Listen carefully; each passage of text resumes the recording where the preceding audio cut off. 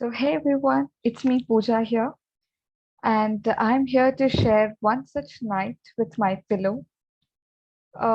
Many of you may or may not know that I'm a Bharatanatyam dancer, but all the more, I had a lot many difficulties into this field. I ventured out in this field when I was at the age of 5, and now I'm 20 and I'm still continuing. And with this, I have realized one thing that learning never ends. There's no full stop for it. And it's just going on, and I'm thoroughly enjoying it. So, talking about my nights with pillow and coming to this field of dance, I would like to start with a story which happened when I was about 9.5 years old. So, that is the first time I'm entering onto the stage for a solo competition in my school. Previously, the previous year, I had a chance, but I was informed too late. And by the time I could come home, inform my parents, and it was all like kind of messed up, kind. So it was sure that it will not work out well, and it was not possible. So yeah, I missed the chance at that time. But where the following year, when I was 9.5, is when I got a chance. So since my parents knew it, they planned it before, and at that time, I had performed for a folk form, a folk dance of Karnataka. And yeah, I did perform. But since it was my first time, I was scared. Uh, I was sweating. I started shivering. My face started turning yellow, pale yellow. And this is what happened to me. So I didn't give my best. All the more, I, in fact, was like almost rejected immediately. Rather, there was actually a small criteria. If you can cross over a certain marks, you will be receiving a certificate, an award, a certificate, basically. So it was termed as A grade. So if you receive A grade, you're getting a certificate. And I didn't even attain that much. And so I received no certificate for that. That is the first time I felt I experienced some sort of rejection or any such kind of a setback in my life. And me being the only child or the only daughter to my parents, I always thought not to upset them. So I would never, as far as possible, I would try to avoid crying in front of them. I would not cry in front of them so easily. And yeah, so my only place was my pillow at night in my room.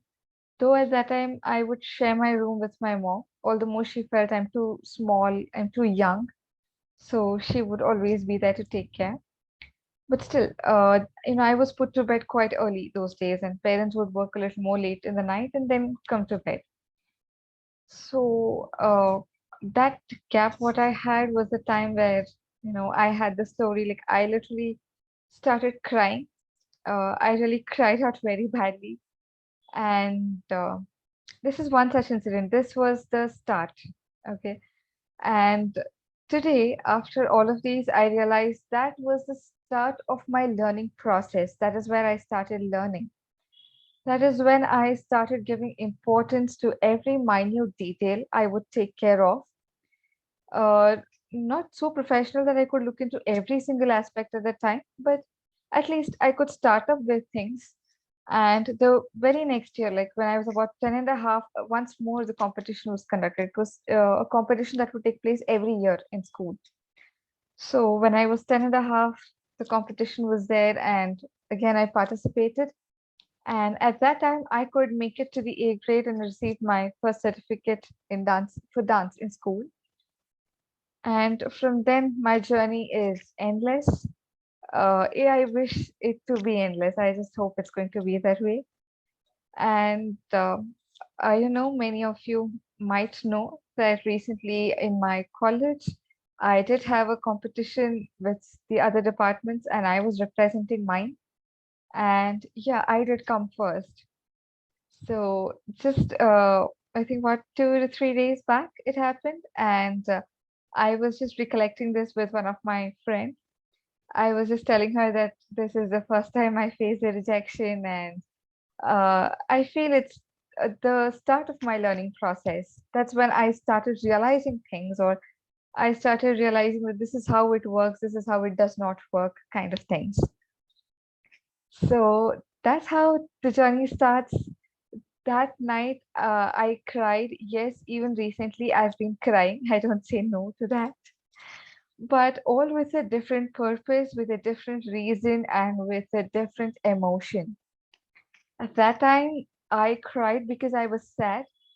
I faced that rejection, and it was more of sorrow that came in.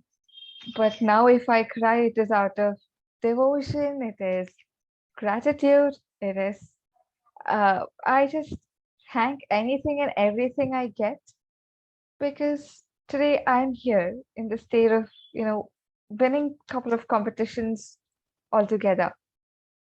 So definitely, it is the same thing that I do. I cry at night with my pillow, but I don't say necessarily crying at night with your pillow should always be a bad thing. No, sometimes you just need to cry and pour out that sad emotion and just forget it forever and ever.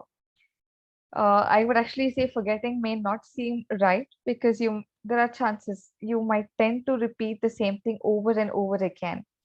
So I would rather suggest cry out to that extent where you just overcome that, emotion over it. And the very next time you think about it, you don't retain that emotion. You only retain that experience. It's an emotionless experience that you retain in your memory. So I would suggest this would be the best thing.